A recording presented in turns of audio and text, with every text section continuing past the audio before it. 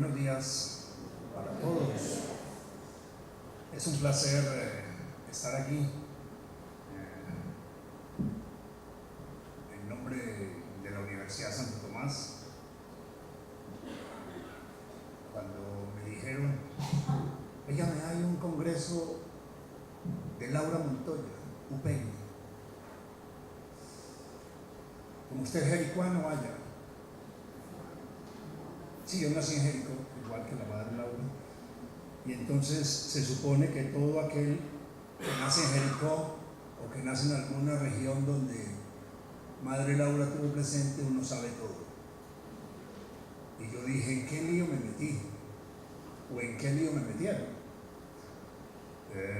Porque lo único que yo recuerdo es que mi mamá me hablaba mucho de madre Laura. Es más, recuerdo el natalicio, los 100 años que celebraron de madre Laura. Era un chiquillo y todos marchábamos obedientes en la procesión que hacía el Centro de Historia y que hacían todas las escuelas, uno formando ahí, pero uno no era consciente de nada. A 2 cuadras de mi casa queda ese hermoso santuario de la madre Laura. Pero muchas veces uno pasaba por ahí, pero nunca entraba. Casi siempre las puertas estaban cerradas. Este congreso me ha permitido a mí ver cómo también se van abriendo las mentes y cómo también cada vez podemos llegar más a algo. Pero ese no es el único motivo que me lleva a mí a participar en este ejercicio. La segunda es que soy profesor, soy maestro y orgullosamente me encanta el ejercicio de la educación. Mi mamá también era maestra, ¿cierto? El tercero es que fui como estudiante de lingüística y literatura. Yo no voy a decir que fue coincidencia, son sincronicidades. Hice mi práctica de levantar un corpus lingüístico con los Emberá cativos en zonas entre Río Sucio, Risaralda, Chocó. Y allí viví unas experiencias, nosotros con ese juicio de tratar de levantar esta lengua nasalzada de los Emberá, ¿sí? Y de pronto me contaron, óigame, yo le dije, ¿ustedes por qué viven aquí en las partes altas habiendo un río tan maravilloso?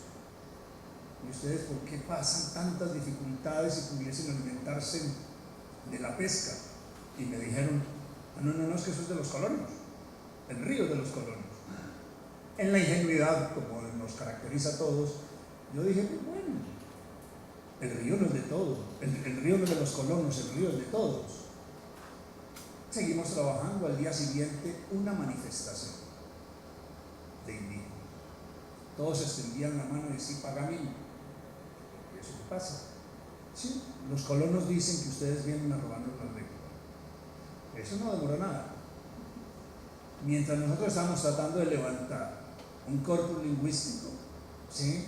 Los colonos, antioqueños, decían, igualaban el asunto.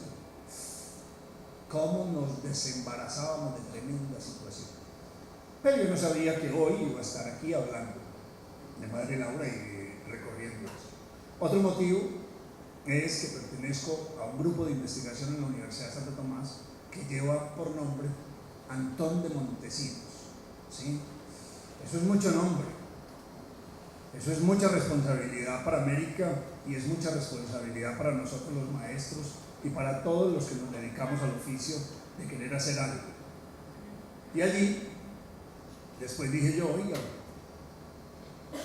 estas no pueden ser las únicas causas para yo ir a este congreso.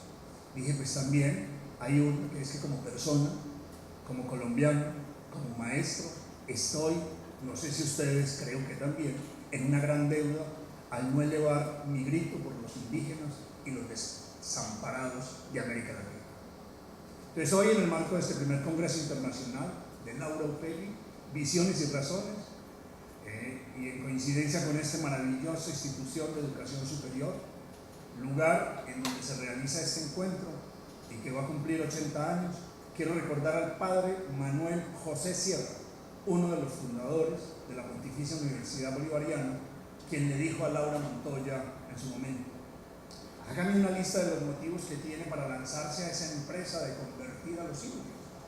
Laura contestó: solo me mueve un dolor casi inmenso de que mi Dios sea desconocido y de que esas almas se pierdan eternamente. Mire, padre, yo me siento como una madre que tuviera 1000 hijos perdidos. Así es mi dolor. Pues siga trabajando en su tarea, le dijo el padre. Ya sonará la hora de Dios. Quiero dedicar especial atención al pensamiento pedagógico de una mujer audaz, intrépida, sagaz, astuta, valiente y para muchos soberbia. Supo enfrentar todos los prejuicios de su época, se mantuvo firme frente a los embates de una sociedad machista, patriarcal y andrógena que no podía aceptar que una mujer maestra y religiosa emprendiera a loma de mula su camino hacia la selva, hacia la misión de hacer fácil lo difícil, a redimir y a mediar pedagógicamente con los indígenas, en una época en que lo indígena era considerado por las mismas leyes de la República como un salvaje y un menor de edad, incapaz de discernir. Oiga, como si hubiera llegado la mayoría de edad kantiana para todos nosotros, para los que ubicaban y estaban en esa época. Qué necia era la modernidad de aquel entonces. Lo anterior tiene un antecedente histórico que aún reclama perdón. La génesis en nuestras tierras es herencia de la presencia de los españoles desde aquel 12 de octubre de 1492, época de invasión, atropello y presencia en tierras americanas, con la imposición de una lengua, de un credo, acompañado de muertes, violaciones, abusos, maltratos, expropiaciones, aculturación, hambrunas, torturas, explotación, destierro, violencia, de horror. La presencia evangelizadora propiamente dicha de la Iglesia Católica en el continente americano se inició a partir del segundo viaje de Cristóbal Colón en 1493. En este segundo viaje, los reyes católicos ya habían logrado del Papa Alejandro VI, en la referida Bula Intercaetera, soberanía política de las tierras descubiertas por Colón, y prohibido a otros reinos católicos inmiscuirse en ellas. Después de los primeros intentos de evangelización de los indígenas que habitaban los diferentes territorios colonizados por los mercenarios españoles, se fundaron pueblos con la presencia de diferentes religiosos y mercenarios de diferentes comunidades, entre ellos los dominicos, los franciscanos, agustinos, jesuitas, entre otros, quienes apoyaron esta idea de evangelizar y no contaron todos con la misma suerte, sacrificando mucho sus vidas. Fueron mártires y otros verdugos, y muy pocos defensores. Unos se quedaron en las regiones y otros fueron expulsados. Con esto se quería imponer el estilo de vida español, con la intención de hacer a los indios más humanos y civilizados. Para la evangelización se impartía una enseñanza doctrinal mínima, propia para menores de edad. Lo importante no era la comprensión de la verdad, sino que los indígenas aclararan sus ritos y las prácticas sacramentales como canales de gracia. Era demasiado esperar que las mentes incultas entendiesen los misterios de la fe. Esta aculturación forzada era inculcada por medio de la persuasión, sino castigando a quienes no se sometieran a las prescripciones de los españoles. Se quemaban las casas y se expropiaban los terrenos de los indios que huían de la revolución. Podemos afirmar que en la época de la colonia todo el territorio americano había sido prácticamente evangelizado. En esta tarea habían participado el clero secular, que en su mayoría ejercía los cargos en la curia y en las parroquias de los pueblos, dentro de las cuales estaban las órdenes religiosas, entre las que sobresalían las que ya mencioné, los dominicos, los franciscanos, los mercedarios y posteriormente los jesuitas. Los dominicos, por esa fecha, no ocultaban por donde pasaban su proyecto de evangelización pacífica y la defensa del indígena. Recuérdese el discurso del padre dominico Antón de Montesinos. en el sermón para la villa del Sancti Spiritu de Pentecostés, ese 21 de diciembre de 1511, el Santo Dominico, el cual debe ser considerado, en honor a la verdad histórica, el primer grito de denuncia y rechazo enérgico a las sistemáticas violaciones a los derechos humanos de los conquistadores y encomenderos españoles en América Latina en contra de la población aborigen en el continente americano, que nada les había heredado, que nada les había hecho, fuera de atenderlos solícitamente y entregarles todo.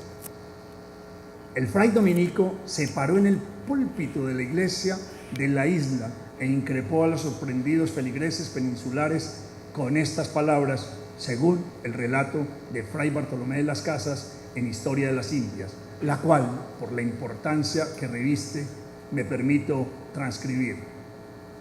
Dice: para os dar a conocer me he subido aquí, yo que soy voz de Cristo en el desierto de esta isla, y por tanto, que conviene que con atención, no cualquiera, sino con todo vuestro corazón y con todos vuestros sentidos, la oigáis, la cual os será la más nueva que nunca oíste, la más áspera y dura, y la más espantable y peligrosa que jamás pensaste oír. Esta voz encareció por buen rato con palabras muy punitivas y terribles, que les hacía estremecer las carnes y que les parecía que ya estaban en el divino juicio. La voz, pues, en gran manera, en universal encarecida, declaróles cuál era o qué contenía en sí aquella voz. Recordémosla. Esta voz, dijo él, que todos estáis en pecado mortal, y en él vivís y morís por la crueldad y tiranía que usáis con estas inocentes gentes. Decid, ¿con qué derecho y con qué justicia tenéis en tal cruel y horrible servidumbre aquellos indios? ¿Con qué autoridad habéis hecho de tan detestables guerras a estas gentes que estaban en sus casas y tierras, mansas y pacíficas? ¿Dónde tan infinitas de ellas, con muerte y estragos nunca oídos, habéis consumido? ¿Cómo los tenéis tan opresos y fatigados, sin darles de comer ni curarlos en las enfermedades que de los excesivos trabajos que les dais incurren y se os mueren? Y, por mejor decir, los matáis por sacar y adquirir oro cada día.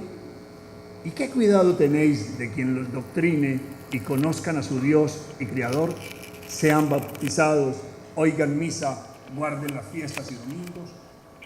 Estos no son hombres, no tienen ánimas racionales, no sois obligados a amarlos como a vosotros mismos. ¿Esto no entendéis? ¿Esto no sentís? ¿Cómo estáis en tanta profundidad de sueño, tan letárgico, dormidos? Tened por cierto que en el estado en que estáis no os podéis más salvar que los moros o turcos que carecen y no quieren la fe de Jesucristo. Finalmente, de tal manera se explicó la voz que antes había encarecido, que los dejó atónitos, a muchos como fuera de sentido, a otros más empedernidos y algunos algo compungidos, pero a ninguno a lo que fray Bartolomé de las Casas después entendió según el texto. Enrique Dussel, un filósofo latinoamericano que para todos nosotros debe ser muy conocido, ¿sí?, hace referencia a este sermón de Antón de Montesino y dice: aquel domingo, en Santo Domingo, la palabra profética que denuncia la opresión del pobre. Este mismo legado lo convertiría el mismo fray Bartolomé de las Casas, quien en 1524 renunció a sus posesiones y entró a la orden de los dominicos, y en su nueva condición de misionero acusó a los conquistadores de los innumerables crímenes y ofensas que cometían en contra de los indios, como súbditos del rey, y se podía disponer de ellos como si fueran cabezas de ganado.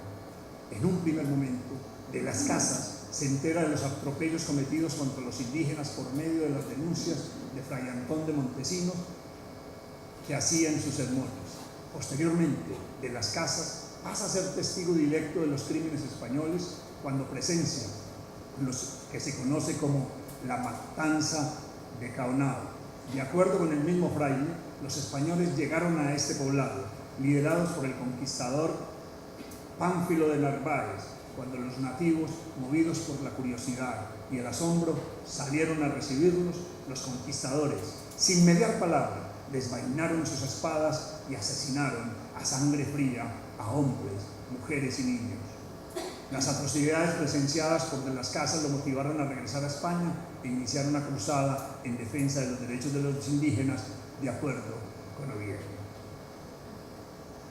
A la cruzada iniciada por De las Casas en defensa de los nativos del Nuevo Mundo no le faltaron opositores, principalmente en los que veían el fraile a un enemigo de la encomienda. Sin embargo, De las Casas no se oponía al proceso de conquista como tal, solo proponía realizarlo de una manera más humana. La descripción de los modos de vida y de los sucesos acontecidos en el Nuevo Mundo son consignados por el fraile en dos textos: la apologética histórica y la brevísima relación de la destrucción de la Siria. En todo ese transcurso histórico siempre estuvieron figurando sacerdotes comprometidos con la causa de los amerindios: Pedro de Córdoba, Luis de Cáncer, Bernardino Minaya, Julián Garcés de las Casas, Montesinos, por los mexicanos Hidalgo, Morelos, y no hay duda de que en la ayuda de muchos clérigos y misioneros se gestó la independencia de estas colegias. Desde el comienzo de la colonización se utilizó el método de las encomiendas, descubierto y conquistando un territorio. Se confeccionaban los planos y se fundaban villorios con el nombre de las ciudades. Las inmediaciones se repetían entre los conquistadores, siendo una de las principales obligaciones cuidar, defender y catequizar los indios de su territorio. Recordemos que la sociedad colonial de la Iglesia era un poder constituido, aglutinante, unido a las estructuras de poder. En la mentalidad religiosa de la gente destacaba mucho su influencia, introyectando en sus conciencias una importancia decisiva, hasta que llegó simultáneamente en todas las regiones, inspiradas por la Revolución Francesa, el aire independentista. ¡Qué ironía! Resulta paradójico que, como el sermón de Antón de Montesinos del ayer cobraba sentido, una vez conseguida la independencia, los herederos del legado de Bolívar y San Martín se hubieran enfrascado en luchas mezquinas por el poder y se olvidaron de sus contemporáneos, de los indígenas, y en algunos países hubieran adelantado campañas de exterminio y acción contra esto, como la historia de Caín matando a Abel, que sigue en nuestra América. Basta mirar a nuestro alrededor y veremos qué reducidos y olvidados están nuestros indígenas. Quisiera entonces contar qué papel tiene Laura Montoya en todo este episodio que puede continuar el eco de Antón de Montesinos. Fundamentalmente, Laura Montoya va a tener varios gritos que van a reclamar su esencia. Nos va a contar el primer grito en un texto maravilloso de sus informes, de los dos informes que hace sobre Urabá y que se recoge en este texto maravilloso de promotora de la educación popular que hacen las hermanas Lauritas. Dice: no falta quienes piensan que la evangelización debe principiarse por hacer que los indígenas tomen la parula para vestirse de pantalón, que olviden su lengua primitiva para reemplazarla por el castellano, que destruyan sus bohíos y que se alojen en casas, que se arranquen con la fuerza de un mandato o con la disciplina marcial sus tradiciones o costumbres seculares, para que adopten la que vean con horror en aquellos que con más o menos responsabilidad o quizás inconscientemente ha causado la casi total ruina de la raza. A pesar de los 400 años de distancia entre Laura Montoya y estos defensores de los indios,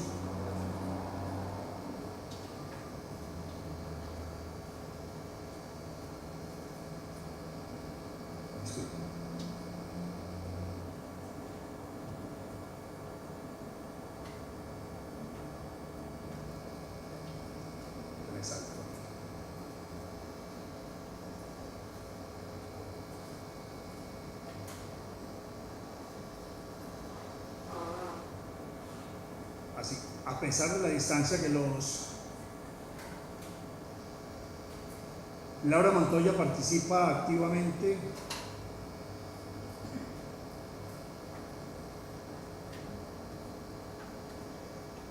que en el informe sobre la región de Urabá, Laura Montoya nos permite una comunicación a Carlos Villegas, comisionado episcopal del Occidente y protector de los indios, el 5 de febrero, y dice en su grito: 2.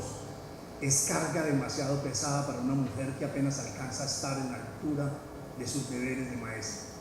La antipatía de los indios que tienen por los civilizados hace que falte el instinto de imitación, poderoso auxiliar de la enseñanza, quedando solo la pedagogía de la ternura de las misioneras para reemplazarlo. Laura sabía que lo único que podía resolver el problema de civilizar a los indios, a pesar de su desconsoladora dispersión, sin leccionar en nada su independencia, era el sistema creado por ella, de residencias y ambulancias. El grito 3 que hace Laura Montoya es: pues si los indios son humanos, ¿cómo hemos de suponerlos desprovistos de sus sentimientos genéricos por excelencia? Y si atacamos estos sentimientos tan arraigados como que son la vida humana, ¿cómo queremos conducirlos a su bien? ¿Para qué se les catequiza entonces? El cuarto grito que hace Laura Montoya en su texto, que nos deja es: deseo responder a muchos que suponen a los indios unos doctores consumados, porque hace algún tiempo que visitan la misión, así como a otros que se asustan por no encontrar aquí bancos, pupitres, pizarras y a una maestra llamando a lista y poniendo faltas, como en las escuelas primarias de los pueblos. Aquí la labor no es igual. Su método consistía en hacer un acompañamiento misional, flexible, adaptado a la mentalidad y estilo y vida y costumbre del indígena, es decir, humanizante, conocimiento y de reconocimiento del otro, fundada en una pedagogía del amor que parte de la realidad donde se encuentra el indígena, con un nuevo estilo integral de enseñar que es en la vida toda, cuya finalidad social es de la práctica evangelizadora y educativa, en la cual la evolución de la verticalidad en la relación maestro-alumno aboga por el enriquecimiento recíproco, en el que tanto el educador como el educando aprendan uno del otro, un término que después, en nuestros tiempos, hay un teórico que se llama Hugo Asman, habla de interaprendizaje. Laura se adelantaba en todo sentido.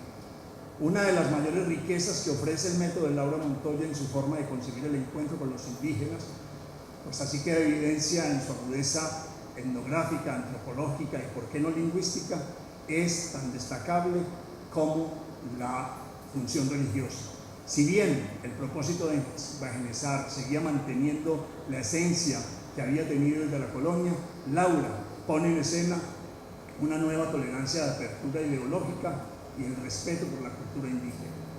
Un quinto grito que hace pedagógico Laura Montoya es, leyéndolo entre líneas, ¿sí?, es que encontramos que emerge permanentemente un pedagógico, una voz crítica contra los intentos fracasados de los trabajos misionales desarrollados por hombres, lo cual queda explícito en su informe cuando dice: y sigo con lo del método, señor comisionado, como vamos de lo fácil a lo difícil, fieles a tal consigna, nos colocamos al nivel del indígena, vivimos y tratamos de pasar como él. Por eso he llamado a las misioneras, y hoy aquí, qué mejor reconocimiento, que me acompañen, religiosas, y no solamente religiosas, sino o maestras, cabras, pues que deben caminar por los montes y asimilarse a su vida para poderlos sentar en el banquete de una sociedad más humana y cristiana. Finalmente, lo que podemos concluir, ya para cerrar este proceso, es que la conocida agudeza de Laura Montoya no da tregua y sobrepasa las expectativas, y una prueba de ello es un quiebre reivindicatorio que advertimos en el informe, lo cual podemos concluir que Laura Montoya que su visión sobre la educación sobrepasó las ideologías y las formas tradicionales de enseñanza. En sus ideas encontramos otra forma de hacer apostolado, dentro del cual es más destacable aún la conciencia que tiene de hacerlo como mujer. Además, es importante contemplar que los posicionamientos concuerdan con una nueva época y con una posición de mujer que había logrado en la sociedad y en la iglesia, la cual implicaba el acceso de cierto poder en el sentido de que no se requería el permiso o la legitimación de la autoridad masculina para ejercer ciertas actividades. Hoy, la denuncia de Montesinos, de Las Casas y de Laura Montoya Upegui sigue siendo actual y urgente, pero ¿qué estamos dispuestos? ¿Estaremos dispuestos a escucharlas o la callaremos, negando así nuestra memoria y nuestra responsabilidad en el presente, en un mundo que amenaza con someternos cada vez más a todos a la triste situación de inhumanidad? Hoy, al igual que en los tiempos de Laura Montoya, tenemos que dar respuestas a las multiformes situaciones que atentan contra una minoría de la población, que a pesar de haberlo reconocido unos derechos, aún se le siguen violando y vulnerando. Muchas gracias.